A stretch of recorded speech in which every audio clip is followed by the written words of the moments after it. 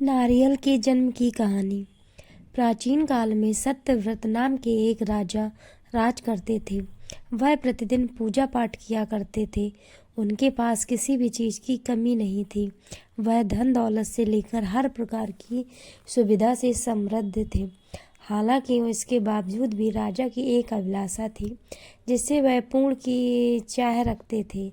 दरअसल राजा सत्यव्रत को किसी प्रकार से स्वर्गलोक जाने की इच्छा थी। वह अपने जीवन में कम से कम एक बार स्वर्गलोक के सौंदर्य को देखना चाहते थे, लेकिन उन्हें इसका मार्ग नहीं पता था। इधर दूसरी तरफ ऋषि विश्वामित्र अपनी तपस्या के लिए घर से बाहर निकले। चलते चलते वह अपनी कुटिया से काफी आगे निकल गए। काफी समय बीत गया लेकिन वह नहीं लौटे। इस कारण उनका परिवार भूख और प्यास से तड़प रहा था। राजा सत्यव्रत को जब यह पता चला तो उन्होंने ऋषि विश्वामित्र के परिवार के पालन पोषण की जिम्मेदारी ले ली।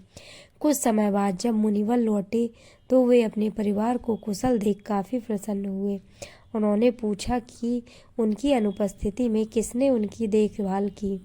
इस पर ऋषि के परिवार वालों ने बताया कि राजा ने उनके पालन पोषण की जिम्मेदारी उठाई थी। यह सुनकर ऋषि विश्वामित्र तुरंत राजमहल पहुंचे और राजा से मुलाकात की। वहां पहुंचकर उन्होंने सबसे पहले महाराज को धन्यवाद कहा।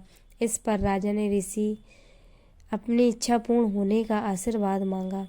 राजा की बात सुनकर ऋषि विश्वामित्र ने कहा, बोलिए महाराज, आपको क्या वरदान चाहिए।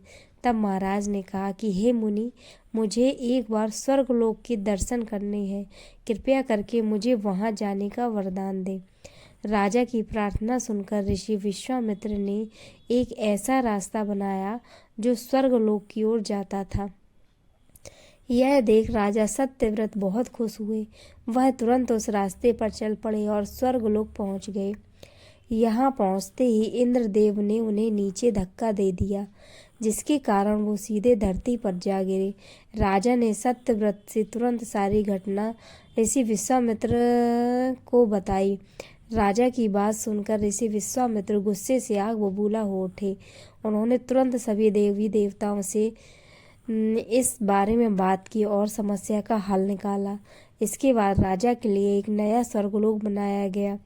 नए स्वर्गलोक को पृथ्वी और देवताओं के स्वर्गलोक के बीचों बीच स्थापित किया गया था ताकि किसी को परेशानी ना हो। नए स्वर्गलोक से राजा सत्यव्रत तो बहुत खुश हुए, लेकिन विश्वामित्र को एक चिंता लगातार सता रही थी। उन्हें डर था कि नया स्वर्गलोक कहीं जोरदार हवा के कारण गिर ना पड़े। अगर ऐसा होगा तो राजा सत्यव्रत दोबारा से धरती पर जा गिरेंगे।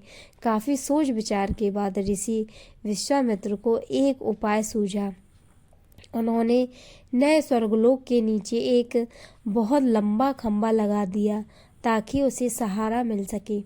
ऐसी मान्यता है कि नए स्वर्गलोक के नीचे लगाया गया खंभा एक विशाल पेड़ के तने के रूप में बदल गया। यही नहीं, कुछ समय पश्चात जब राजा सत्यव्रत की मृत्यु हुई तो उनका सिर एक फल में तब्दील हो गया। तभी से इस खंभे को नारियल का पेड़ कहा जाने लगा, जबकि राजा का सिर नारियल के रूप में जाना गया। यही कारण है कि नारियल का पेड़ इतना लंबा होता है। इस कहानी से हमें यह सीख मिलती है कि अगर सच्चे मन से किसी की मदद करें तो हमारी हर ख्वाहिश पूरी हो सकती है। दोस्तों, कैसी लगी स्टोरी हमें कमेंट सेक्शन में बताएं और ऐसी स्टोरियां सुनने के लिए इस चैनल को सब्सक्राइब करें।